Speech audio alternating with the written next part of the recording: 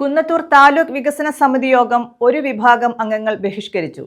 സമിതിയിൽ എടുക്കുന്ന തീരുമാനങ്ങൾ നടപ്പാക്കാത്തതാണ് പ്രതിഷേധത്തിന് കാരണമായത്. പ്രതിഷേധം മുന്നിൽ കണ്ട് MLA യോഗത്തിനെത്തിയില്ലെന്നും ആരോപണമുണ്ട്. ഗതാഗതക്കുരുക്കും അപകടങ്ങളും വരുത്തുന്ന ഭരണിക്കാവ് ജംഗ്ഷനിലെ അശാസ്ത്രീയ ട്രാഫിക് സിഗ്നൽ സംവിധാനം പരിഷ്കരിക്കുന്നതിന് കോവൂർ കുഞ്ഞുമോൻ MLAയുടെ അധ്യക്ഷതയിൽ കൂടിയ കഴിഞ്ഞ താലൂക്ക് വികസന സമിതി യോഗം തീരുമാനമെടുത്തിരുന്നു.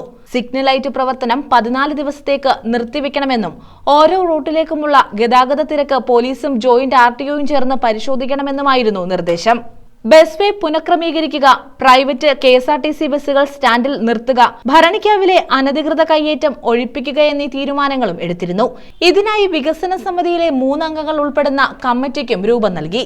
ഇവർ യോഗം ചേർന്ന് അന്തിമ തീരുമാനമെടുത്തതിനു ശേഷം സിഗ്നൽ ലൈറ്റ് പ്രവർത്തിപ്പിച്ചാൽ മതിയെന്നായിരുന്നു തീരുമാനം. എന്നാൽ സിഗ്നൽ ലൈറ്റ് പ്രവർത്തനം നിർത്തിയില്ല. ഇതാണ് ബഹിഷ്കരണത്തിന് പ്രധാന കാരണമായത്. തീരുമാനങ്ങൾ ശാസ്താംകോട്ട പഞ്ചായത്ത് അധികൃതർ അട്ടിമറിച്ചതാണെന്ന് വികസന സമിതി അംഗങ്ങൾ ആരോപിച്ചു. മിനിറ്റ്സ് വായിച്ച ഉടൻ തന്നെ പ്രതിഷേധവും ശക്തമായി. തുടർന്ന് പഞ്ചായത്ത് പ്രസിഡന്റുമാരായ വർഗീസ് തരകൻ, S. ശ്രീകുമാർ, വിവിധ രാഷ്ട്രീയ പാർട്ടി നേതാക്കളായ സാബു ചക്കുവള്ളി, കുറ്റിയിൽ നിസാം, Y. ഗ്രിഗറി എന്നിവരുടെ നേതൃത്വത്തിൽ യോഗം ബഹിഷ്കരിക്കുകയായിരുന്നു. പ്രതിഷേധം മുന്നിൽ കണ്ട് കോവൂർ കുഞ്ഞുമോൻ MLA യോഗത്തിനെത്തിയില്ല എന്നും ആരോപണമുണ്ട്. News bureau, Sasthamkotta.